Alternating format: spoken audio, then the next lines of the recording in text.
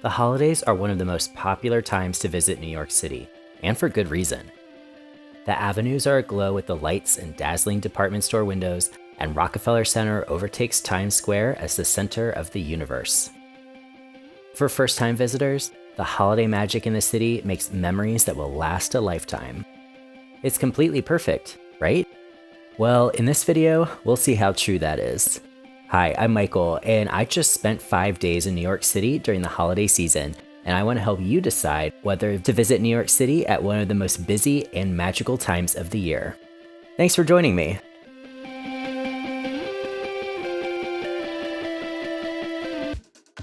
First, I want to talk about the crowds. There are 8 million people that live in New York City, and each year, millions more arrive to flood the subways and sidewalks. Christmas time is no different. The Midtown area around Rockefeller Center, Macy's, and Bryant Park is Christmas Central, attracting large crowds. It is wall-to-wall people navigating through the Christmas markets at Bryant Park and to see the Christmas tree at Rockefeller Center. The city's skating rinks are so packed that the mass of humanity on skates slowly slip-slides around the ice. How do you avoid the crowds? Well, my advice is to go at off-peak times. You can get the perfect picture of the Rockefeller Center tree very early in the morning after it turns on at 6 a.m. or very late at night before the tree turns off at midnight.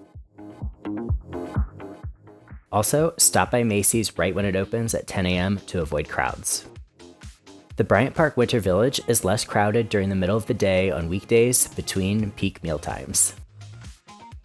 Should the crowds deter you from coming? If you get claustrophobic or are nervous in large crowds of people, the crowds may be a bit much. Escaping to Central Park or Little Island Park can provide some fresh air relief.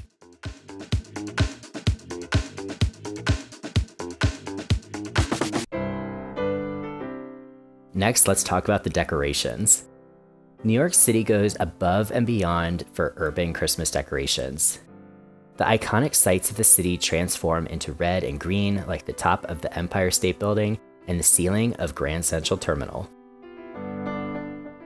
Check out the store windows at Saks, Macy's, and Bergdorf to see some of the best holiday displays. Department stores around the US don't invest in holiday windows anymore like they used to, which makes the experience of seeing the colorful moving displays very special. Also, check out some of the hotel decorations, like those outside the Plaza and the Peninsula hotels. Don't forget about the tree in Washington Square Park or the Financial District tree just outside the New York Stock Exchange.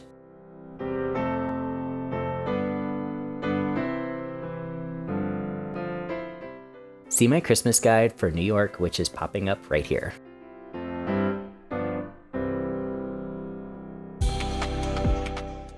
Now let's talk about where you'll stay.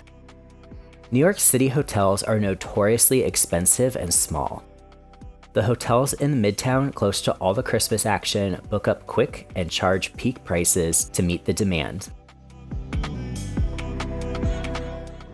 I stayed at the Moxy Times Square for the visit, which had an average rate of about $350 a night the week between Christmas and New Year's.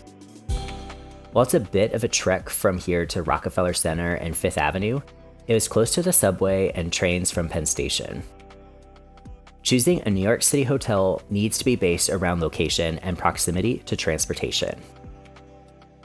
If you plan to spend your time in Midtown, a potentially cheaper downtown or outer borough hotel will involve a lot of time on the subway or expensive taxis to commute several times a day back and forth. Don't miss my hotel review for the Moxy Times Square for more details about Midtown Manhattan hotels.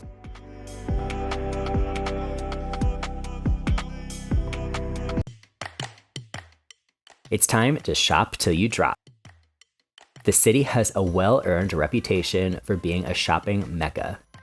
The major department stores have their flagship locations in the city, making the stores a must-see attraction in and of themselves.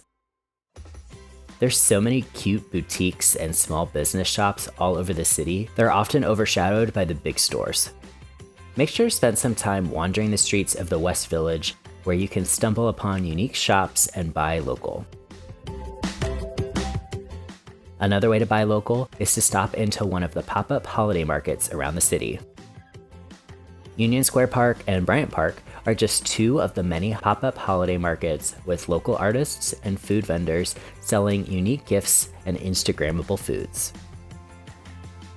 You can also check out markets at Columbus Circle and Grand Central Terminal during the holiday season.